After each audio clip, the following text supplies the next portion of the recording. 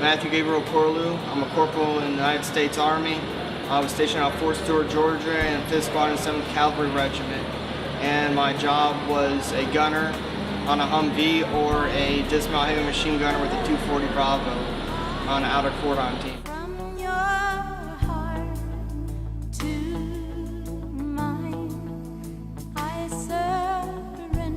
I was first class hash, aka John B. Hash. Actually, I was in Operation Enduring Freedom, OEF, in 2006 in Afghanistan. At that time, most of the focus was on Iraq. But anyway, one of those famous stories in a long place, a long time.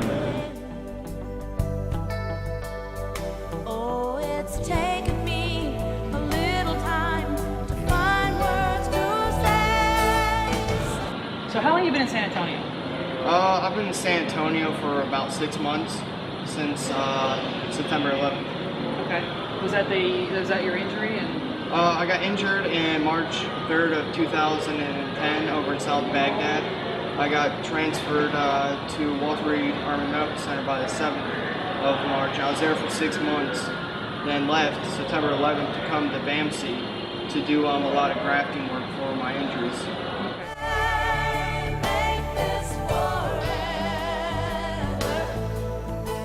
My expertise is fabrication and making things that don't exist anymore you can't buy. So that's one thing I do.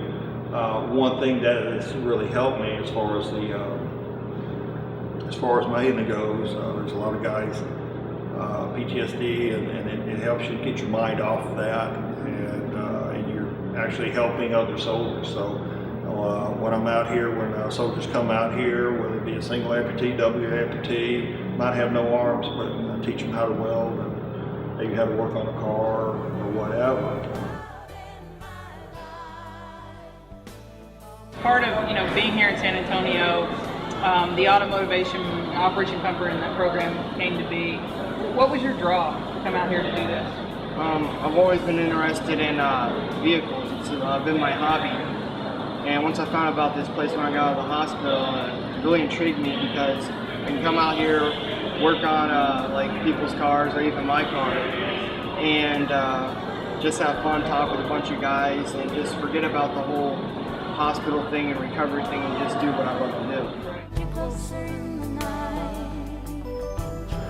It's 110 degrees in the shop, and you're out there beating on metal and doing something halfway that you would never do this in industry.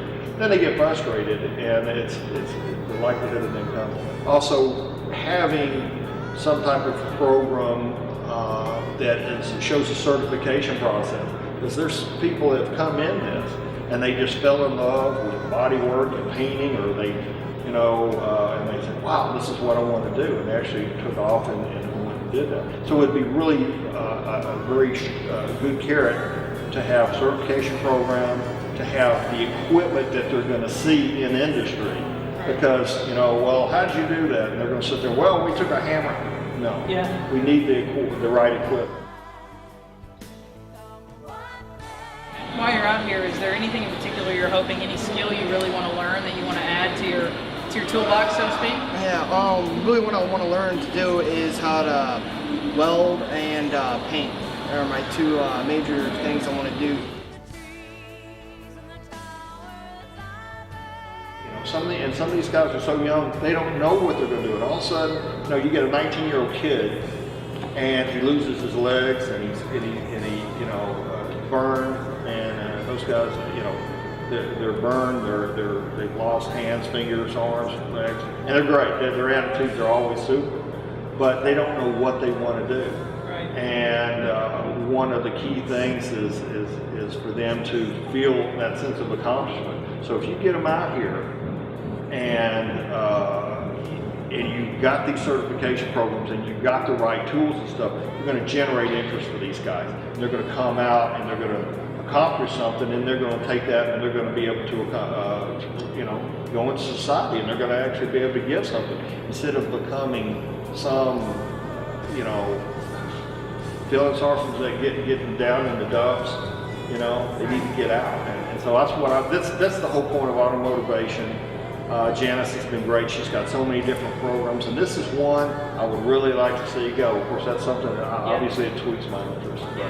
And I mean, I just think in our industry, some of the things we struggle with is not just an educated workforce, but a motivated workforce. And so I think if I'm out looking for an employee to bring into, whether it's my repair facility or whether it's my insurance, company and claims are estimating, you guys have a proven resilience, and a dedication and a duty and self-discipline that we really need in this industry. So to be able to capitalize on what you guys are doing here and foster that and bring it into our industry is a win-win for everyone. So we're real excited about it. But I appreciate you taking the time. I'm going to let you get back to that Jeep you saw you're working on. Thank you. I think it's going to keep you busy for a while. Yes. So thanks. Thank you.